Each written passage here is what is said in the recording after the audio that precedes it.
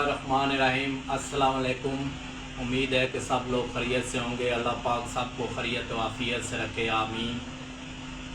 आज दोस्तों मैं आपके साथ शेयर कर रहा हूँ कटवा गोश्त। कटवा गोश्त जो रेसिपी है ये पंजाब की मशहूर रेसिपी है, ख़ासकर अटक साइड की। तो ये मट्टी के कटवे में बनाई जाती है। तो हमारे पास जो मट्टी का कटवा था वो अवेलेबल नहीं था। कटवा जो होता है वो बड़ा होता है, हमारे पास कटवी अवेलेबल है। पंजाबी ज़बान में इसको कटवी कहते हैं और बड़े को कटवा कहते हैं। तो आज हम इसमें बनाएंगे कटवा गोश्त शादियों वाला, जो शादियों में आप कभी अटक साइड पे या हज़रो साइड पे आएँ तो वहाँ पे आपको कटवा गोश्त मिलेगा शादियों पे। तो वो मट्टी की कटवे में बनाया जाता है। तो आज हम घर पे बना रहे हैं, हमारे पास कटवी अवेलेबल है, हम उसमें बनाएंगे। तो दोस्तों ये हमारे पास बीफ है 1.5 किलो। तो इसके अंदर चर्बी भी है और बोटी भी है। तो ये हम ऐड करेंगे कटवी के अंदर। बिस्मिल्लाहिर्रहमानिर्रहीम, बिस्मिल्लाहिर्रहमानिर्रहीम।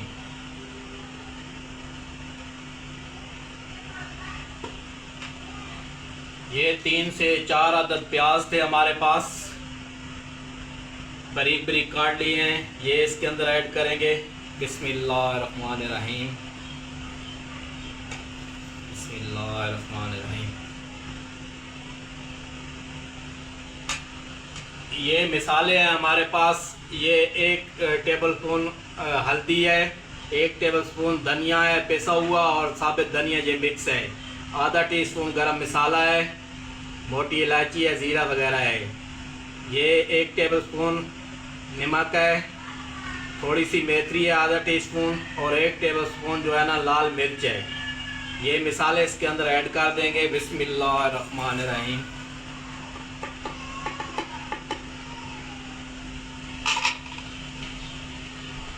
और ये हमारे पास 1 इंच का टुकड़ा अदरक का था और 3-4 जवे लहसुन के थे। तो ये बारीक पेस्ट बना लिए, ये इसके अंदर ऐड करेंगे। बिस्मिल्लाहिर्रहमानिर्रहीम। ये जो कटवा गोश्त मेरे दोस्तों बनता है, ये ज़्यादातर इसके अंदर हल्दी और पिसा हुआ धनिया जाता है। जो इसका फ्लेवर होता है वो हल्दी और पिसे हुए धनिए का ज़्यादा होता है। तो ये हमारे पास तकरीबन 1 लीटर पानी है, ये इसके अंदर ऐड करेंगे। बिस्मिल्लाहिर्रहमानिर्रहीम, बिस्मिल्लाहिर्रहमानिर्रहीम। ये हमने इसके अंदर ऐड कर दिया। अब इसको हल्की आंच पे रखेंगे चूल्हे पे। बिस्मिल्लाहिर्रहमानिर्रहीम। अब इसको रखते हैं चूल्हे के ऊपर और चूल्हा करते हैं ऑन।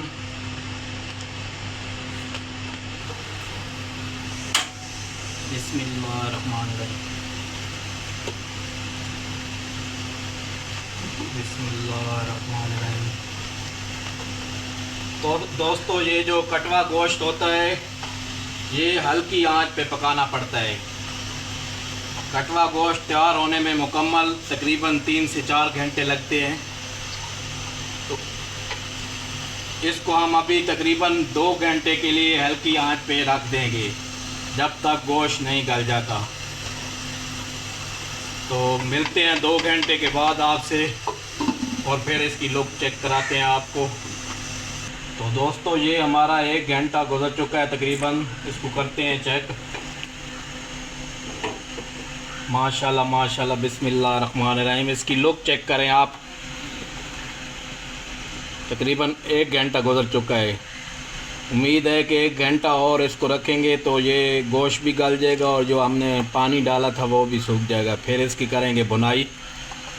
दोस्तों कटवा गोश्त के अंदर जो चम्मच इस्तेमाल होता है वो लकड़ी का होता है। जो कटवे के अंदर होता है वो लकड़ी का एक डंडा होता है, वो इस्तेमाल करते हैं उसके अंदर। तो अभी 1 घंटे के लिए इसको हम हल्की आंच पे और रखेंगे ताकि गोश्त हमारा गल जाए।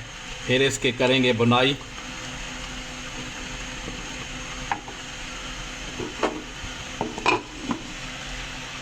मिलते हैं 1 घंटे के बाद फिर।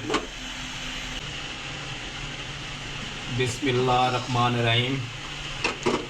ये पानी तकरीबन हमारा सूख चुका है, तो अब हम इसके अंदर ऐड करेंगे टमाटर 2 अदद।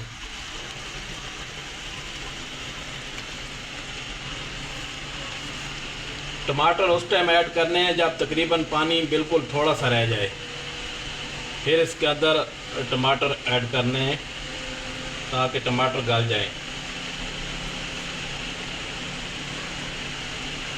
इसके अंदर टमाटर ज़्यादा ऐड नहीं होते।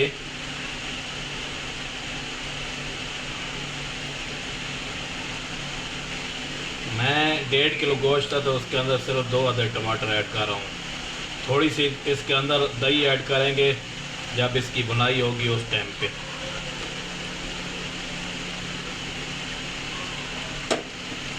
टमाटर ऐड करके इसको करेंगे मिक्स।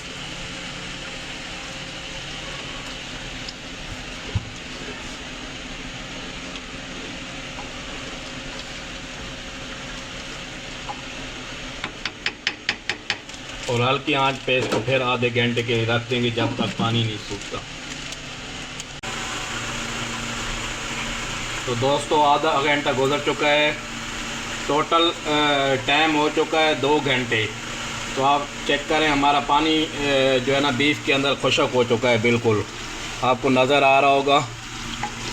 और इसके अंदर अभी हमने ऐल नहीं डाला, चर्बी ज़्यादा थी बीफ के अंदर, तो उस चर्बी ने जो है ना ऐल छोड़ा है।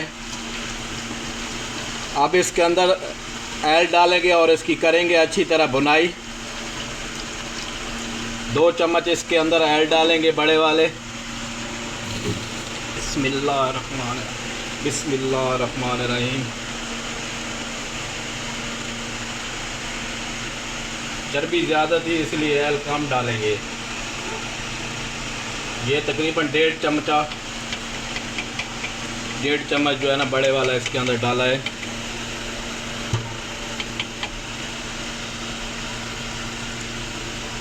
ऐल डालने के बाद इसकी करेंगे अच्छी तरह भुनाई।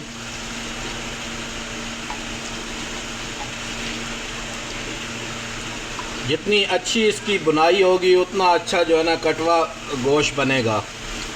सारा इसका दारो मदार जो है बुनाई पे होता है। अगर बुनाई सही नहीं होगी तो फिर ये सही नहीं बनेगा। अभी आप इसकी लुक चेक करें जो है ना, ये अभी इसकी तकरीबन 10 मिनट करेंगे अच्छी तरह बुनाई। फिर इसके अंदर डालेंगे दही।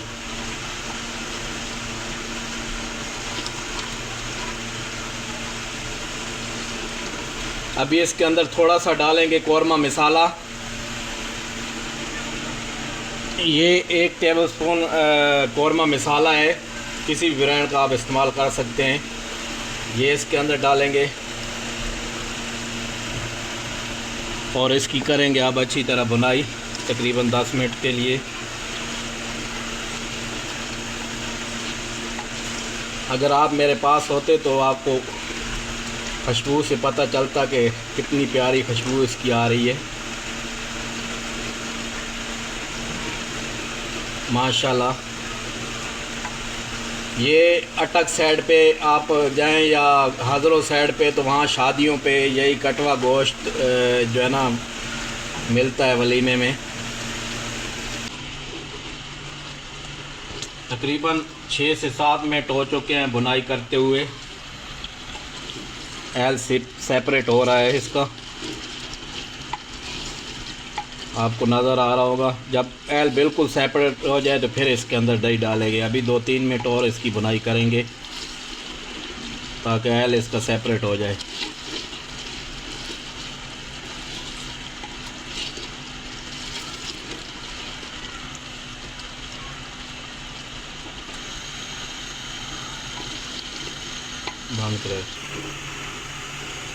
ये ऐल हमारा बिल्कुल अब सेपरेट हो चुका है, ये देखें। अब इसके अंदर 200 ग्राम डालेंगे दही। इस दही से जो है ना ग्रेवी भी अच्छी बनती है और इसका जायका भी बेहतरीन आता है। ये 200 ग्राम दही थी, जितना आपके पास बीफ है उस हिसाब से दही डालें। मेरे पास 1.5 किलो बीफ था तो मैंने 200 ग्राम इसके अंदर दही ऐड की है। जितनी भी कमर्शियल रेसिपी है कटवा गोश्त वाली वो दही ऐड करते हैं, तो उससे सालन गाढ़ा भी होता है और ग्रेवी भी अच्छी बनती है उसकी। अब इसकी 2-3 मिनट और करेंगे बुनाई, जब तक दही का पानी खुश्क नहीं होता।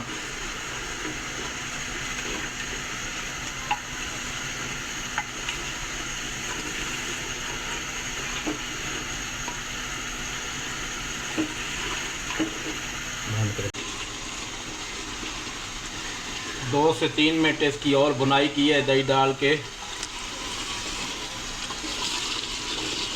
अब इसके अंदर ऐड करेंगे पानी। पानी आप अपने हिसाब से ऐड करें जितनी ग्रेवी रखनी है। मैं इसके अंदर तकरीबन आधा लीटर पानी ऐड करूँगा।